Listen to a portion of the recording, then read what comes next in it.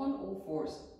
In this position, our wrists, our hands, our fingers and our shoulders have to support a lot of weight, and usually they are not so much used to it.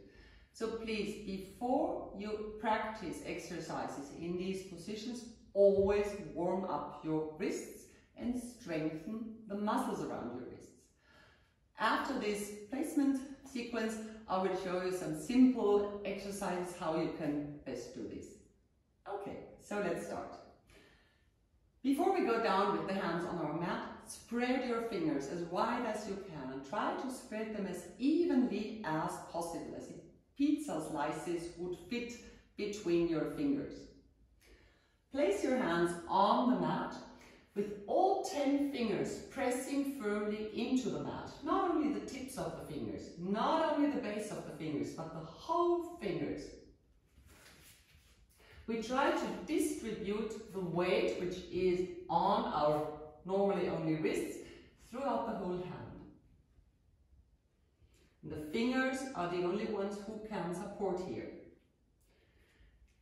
Bring your knees right below your hips, approximately hip width apart, and you can press your thighs a little bit into the mat. If you tend to cramp, of course, you can also tuck your toes. Then press away from the mat, so really lift up. Your shoulder blades go apart, you send the shoulders away from the ears. That's the first thing that's happening. Tilt your pelvis a little bit rounding, flexion, extension, and find your neutral pelvis. You can imagine that the sit bones are pulling back out, and your head, the crown of your head, is pulling to the front. So find your length, find your symmetry, shoulders and hips. Activate your core. Your belly is gently sucked in and up. Your pelvic floor muscles are active. We tend to just fall into a lazy back in these positions. So you push yourself away from the mat with the hands, with the knees, active core, neutral spine, shoulders away from the ears, shoulder blades wide apart, and basically that's it. One remark maybe about the elbows, because the big question is always, where should the eyes of the elbows look, to the front or together? Traditionally in Pilates, they say we want the eyes of the elbows looking to each other. The reason is this makes it easier for you to maintain the shoulder blades wide apart. I personally prefer something else, because even if I have my shoulder blades wide apart in this position, it's pretty easy for me to sink in between my shoulder blades, and this is what normally happens after quite some time. I'm a big fan of a kind of spiral connection, a spiral screwing in your arms. I'll show you how you can go into it. You will find, for example, in yoga they do it a lot also. All 10 fingers in the mat like we had it before, and you really take care now that an even distribution of the weight is in your fingers and the rest of your hand, and that especially the ball of the index finger and of the thumb is firmly in the mat. It does not leave the mat. Find your on all fours position, press away from the mat, shoulder blades away from the ears, and then lead your elbows out to the sides, and then bring them closer together with the inner condyles, these little bones here of the elbows, tending and trying to reach to each other. Don't exaggerate, it's enough if the elbows are right under your shoulders.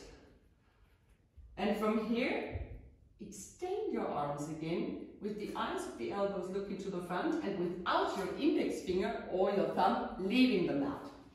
So it's really, we go out, and it's like an animal who wants to catch something, and then you extend your arms. Now you have a definitive external rotation in the upper arm, internal rotation in the lower arm. And this enables you to have really a lot of strength in the shoulder girdle, a lot of stability here. Send your shoulders away from the ears, and now just try from this position. If you send the shoulders away, have the eyes of the elbows, look to the front, have a firm connection of the base of your index finger and your thumb into the mat. Now try to sink in between your shoulder blades. It's hardly possible. And this is the big advantage of this kind of position. But you choose whatever you like. My only request is don't hang in your wrists. This will hurt sooner or later. And don't hang in your shoulders. Yep. So much about the on all fours position, basically. And now some exercises how you can strengthen the muscles around your wrist and how you can warm up your wrists. The easiest exercise, which you can always do to strengthen the muscles around your wrist, is this one. Make a fist and then forcefully extend the fingers again. The only muscles that are really supporting our wrists are the finger flexors and the finger extenders. So, other exercise, just gently roll your wrists. This is a relaxing one.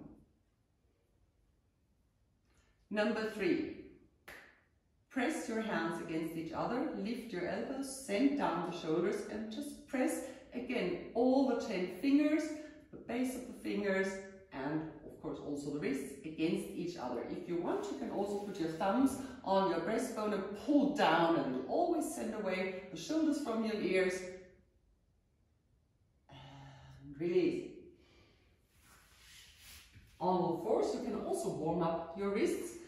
You go into your placement and then you might move around a little bit,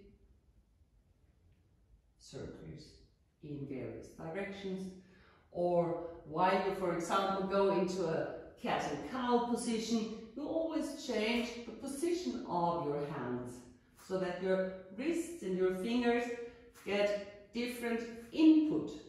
If I'm in this position, for example, I could also go back and give my wrists and my muscles a little bit of a stretch as far as you like. Try to keep your fingers in the mat, but the palms are allowed to rise. What's extremely delicate is this position. So I often see that people warm up here. If you can do it, okay, it would not be my choice. I would rather say put one hand on the mat, put the other on it to protect it, and then make your little stretches. Be careful with your wrists, especially when you're working a lot at the computer. There's usually quite some damage already from not so healthy positions of our hands. So these would be just some very simple and quick warm-up exercises, but please do at least some of them before you go into any forceful and really strenuous position like planking, down dog or whatever. Okay, thank you.